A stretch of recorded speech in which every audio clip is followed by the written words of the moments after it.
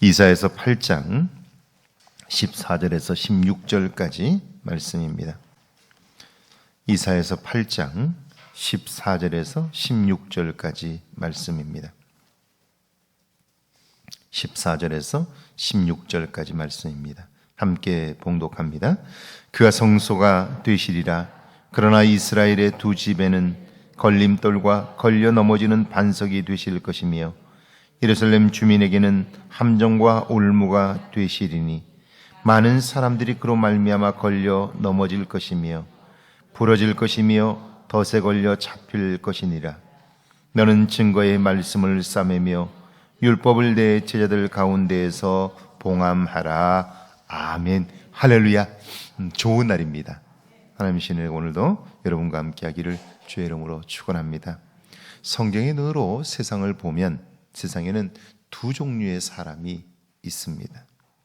사랑해야 할 것과 사랑해야 할 것을 사랑하는 사람과 다스려야 할 것을 사랑하는 사람이지요. 성경이 말씀하는 사랑의 대상은 하나님과 사람뿐입니다. 하나님을 사랑하고 내 이웃을 내 몸처럼 사랑하라 라고 말씀하신 것이 예수님이 율법 전체를 요약한 것입니다. 그러니까 이 세상의 사랑의 대상은 하나님과 사람인 것이죠. 그 외의 모든 것은 다 다스림의 대상입니다. 그런데 하나님을 알지 못하는 사람들과 하나님을 떠난 사람들은 사랑해야 할 것을 사랑하는 것이 아니라 다스려야 할 것을 사랑하게 되는 거예요. 그러기에 세상은 온통 엉망이 되고 마는 거죠. 성경은 아주 분명하게 돈을 사랑함이 일만하게 뿌리가 된다, 그렇게 이야기해요.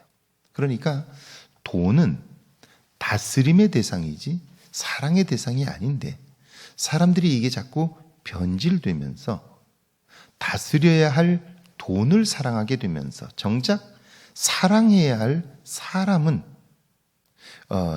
그 돈을 사랑하는 일의 수단으로 만들어버리는 거예요. 그래서 사람을 하찮게 여기게 되면서 세상은 엉망이 되고 마는 거죠. 오늘 이 세상은 온통 돈을 사랑하는 사람들로 넘쳐납니다. 더 중요한 것은 그리스도인들마저 이런 세상의 풍조에 흔들리는 거예요. 그러니까 신앙의 기본이란 사랑해야 할 것을 사랑하고 다스려야 할 것을 다스릴 줄 아는 것, 이것이 분명한 것, 이게 신앙의 기본인 거죠. 이게 질서가 세워지지 않으면 우리의 삶은 온통 형편없는 모습이 되고 마는 거죠. 오늘 본문에도 하나님을 두려워하는 사람이 있는가 하면 그렇지 않은 사람들이 있습니다. 하나님을 두려워하지 않는 사람들은 당연히 사람을 두려워할 수밖에 없습니다. 그런 사람에 관한 말씀이 오늘 우리가 읽은 본문 말씀이죠. 14절입니다. 같이 읽습니다. 그가 성소가 되시리라.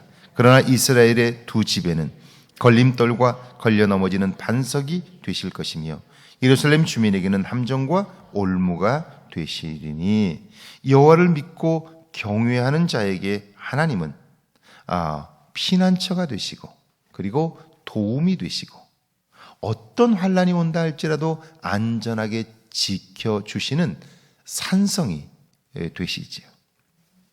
그런데 그렇지 못한 두 집, 하나님을 떠나 사는 사람, 하나님을 사랑하는 것이 아니라 하나님마저도 자기 삶의 수단화시키는, 이용하려고 하는 그런 사람들에게 하나님은 이스라엘과 유다이지요.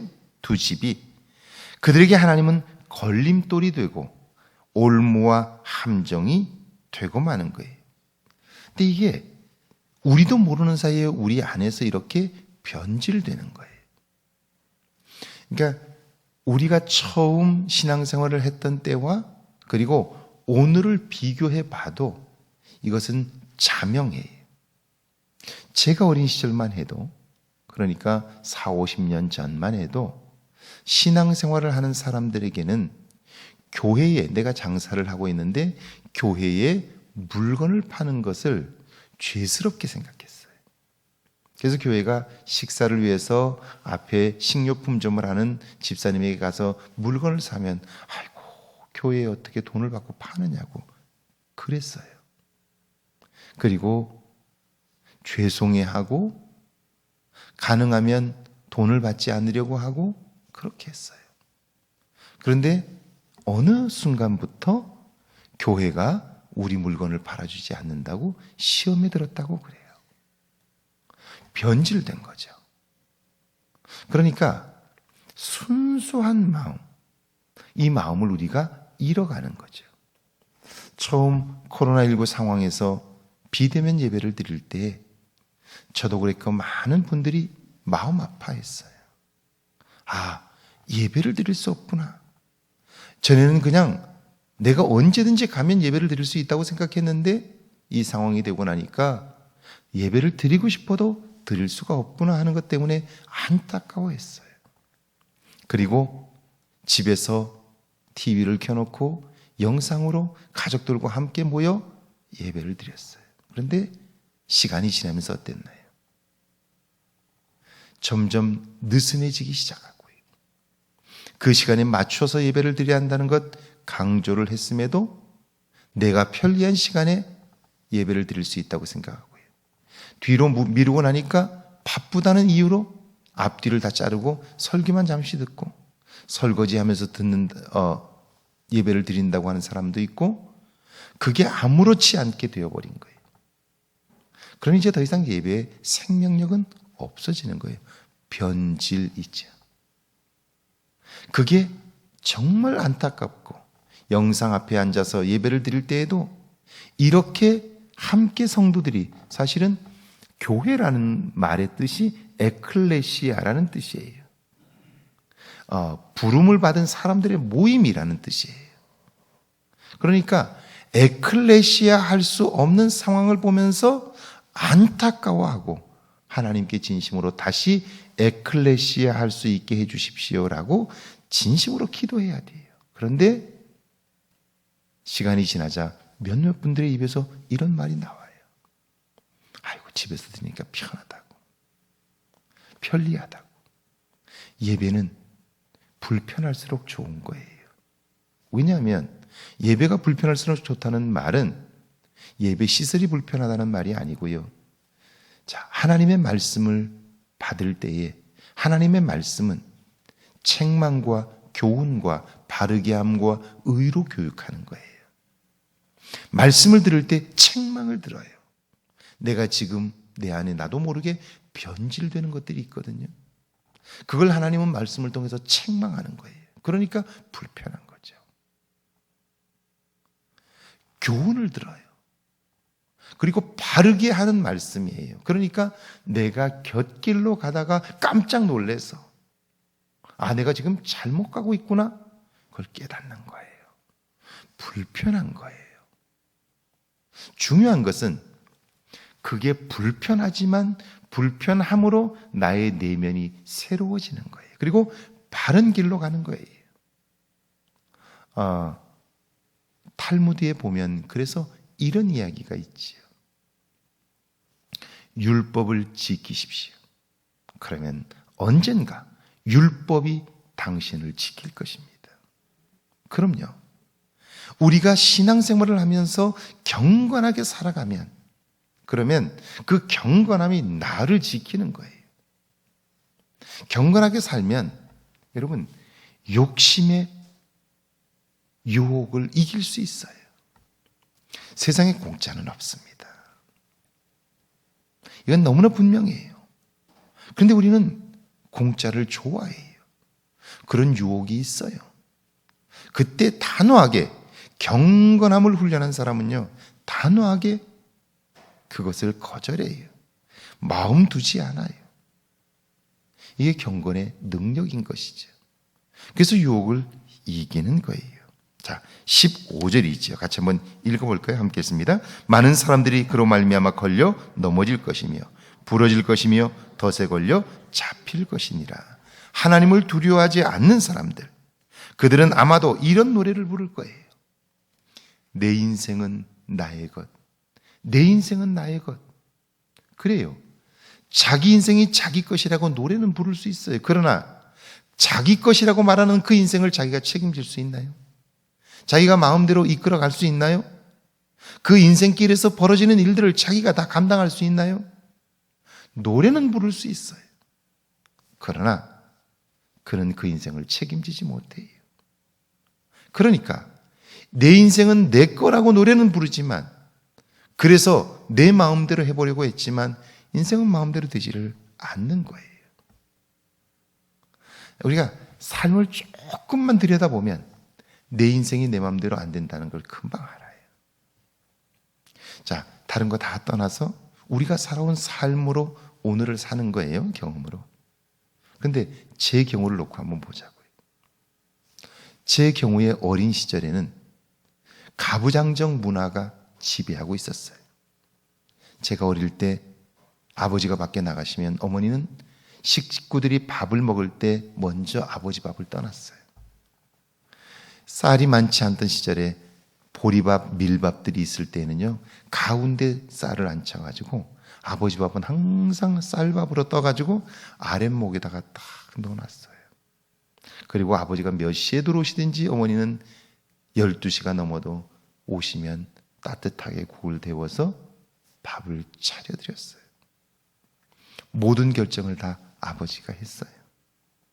그러니까 제가 가정이라고 하는 울타리를 배운 모습은 그런 모습이었어요. 아버지가. 그래서 저희 어머니도 항상 제게 해주셨던 말이, 아버지 하시는 일과 하나님 하시는 일은 같은 거야. 그렇게 말씀하셨어요. 어머니도 실제로 순종하면서 그렇게 평생을 사셨어요. 그게 제가 가지고 있는 가정에 대한 그림이에요. 그런데 그리고 아이들도 아버지의 말씀에 절대적으로 순종하는, 이게 가정의 모습이었다고요. 그런데 제가 성장해서 가정을 이루게 되었어요. 그랬더니 어때요? 제 아내가 저희 어머니처럼 순종하나요? 안 해요. 내가 배운 건 그것밖에 없어요. 그렇게 지시하고 그러고. 그런데 아내가 우리 엄마 같질 않아요. 틀린 거예요. 그럼 이런 삶을 한 번도 살아본 적이 없는데 그 가정을 어떻게 살을까요?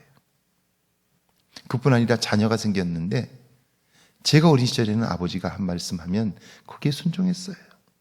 그러니까 항상 어머니가 제가 뭐라고 그러려고 그러면, 아버지 오신다, 조용해. 아버지가 아버지 오시면 혼나. 그러면 그냥 조용했어요. 근데 제가 아이를 키우면서 보니까 아이들이 아버지를 두려워하지 않아요. 걱정하지 않아요. 무서워하지 않아요. 오히려 아버지 온다 그러면 아이들은 별로 신경을 안 쓰는데, 엄마 온다 그러면 신경을 써요. 완전히 바뀐 거예요. 완전히 바뀐 거예요. 전에는 엄격한 아버지상을 가지고 있었는데, 지금은 아이들이 친구 같은 아버지상을 기대하는 거예요.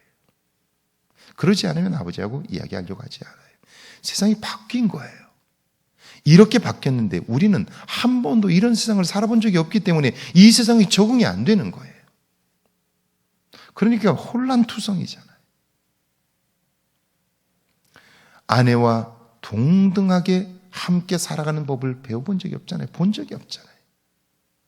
아이들을 친구같이 대해주는 것 한 번도 생각해 본 적이 없잖아요. 그러니까 우리가 살아가는 방식은 어때요? 항상 그 시대와는 동떨어지는 거예요. 건강하게 살 수가 없는 거예요. 내 인생은 내 거라고 말하는데, 그러나 그 인생을 내 거로 살 수 있는 능력이 내 안에 없는 거예요. 자, 그러니까 자기 마음대로 살지만 그 인생을 제대로 살 만한 실력이 없는 거예요. 그러니까 하나님과 상관없이 살다가, 자기 인생은 자기 거라고 생각하다가, 그러다가 자기 뜻대로 되지 않으면 모든 문제의 원인을 다 다른 사람 탓해요. 심지어는 믿지도 않던 하나님을 원망해요. 이러니 인생은 어떻게 될까요? 그러니까 가장 어리석은 사람이 어떤 사람이냐면 열심히만 살면 성공한다고 생각하는 사람이에요. 바보 같은 사람이에요. 그래서 열심히 일만 하는 사람들은 어리석은 사람들이에요. 왜냐하면 인생은 그걸로 보상받을 수 있는 것이 아니기 때문이죠. 그러므로 우리가 소중하게 여겨야 할 것이 있어요. 16절이죠. 같이 한번 읽어볼까요? 너는 증거의 말씀을 싸매며 율법을 내 제자들 가운데에서 봉함하라. 외쳐도 듣지 않는 사람들, 그들은 하나님을 소홀히 여기기에 하나님의 말씀도 하찮게 여기지요. 이사야는 그래서 자신의 제자들에게 말씀을 싸매며 봉합하라고 이야기해요. 외쳐도 듣지 않으니까, 들어도 깨닫지 못하니까 말씀을 싸매라고, 봉합하라고, 더 이상 저들에게 외칠 필요가 없다고 이야기하는 이사야 선지자의 마음은 안타까운 그 자체인 거예요. 앞에 이렇게 가면 이 나라가 위기가 닥칠 것이 자명한데, 그런데 그걸 모르는 거예요. 그러니까 어리석은 것이죠. 사랑하는 여러분, 오늘 여러분은 어떤가요? 여러분은 하나님을 섬기며 하나님의 인도함을 받아, 다스림을 받아 살고 있나요? 아니면 내 인생은 내 거라고 생각하며 사시나요? 내 인생이 내 거라고 생각하는 사람처럼 어리석은 사람은 없어요. 하나님을 믿으면서도 자기 인생은 자기 거라고 생각하는 사람도 있다는 것, 이것처럼 바보 같은 일은 없는 거예요. 하나님을 의지함으로 하나님이 이루시는 놀라운 은총을 경험하는 여러분 되기를 주의 이름으로 축원합니다. 함께 기도하시죠. 사랑해야 할 것과 다스려야 할 것을 구분할 줄 아는 지혜를 달라고요. 하나님을 두려워하는 마음을 달라고요. 함께 기도합니다. 하나님, 이 땅을 사는 동안 하나님의 도우심을 얻게 하시고 하나님의 인도하심을 보게 하시니 감사합니다. 사랑해야 할 것과 다스려야 할 것을 구별할 줄 아는 지혜를 주옵소서.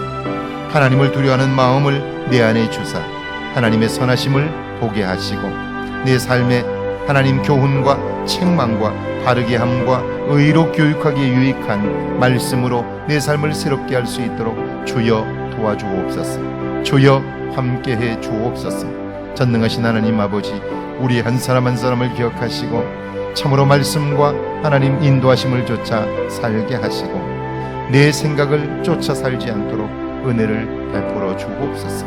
전능하신 주님, 주님이 도와주시기를 원합니다. 주님이 함께해 주시기를 원합니다. 이 아침에 나와 하나님 새벽을 깨운 종들에게 은혜를 베푸시고 찬송과 기도와 말씀을 통하여 하나님 내 내면을 돌아보게 하시고 내 삶을 돌이켜볼 수 있도록 주여 도와주옵소서.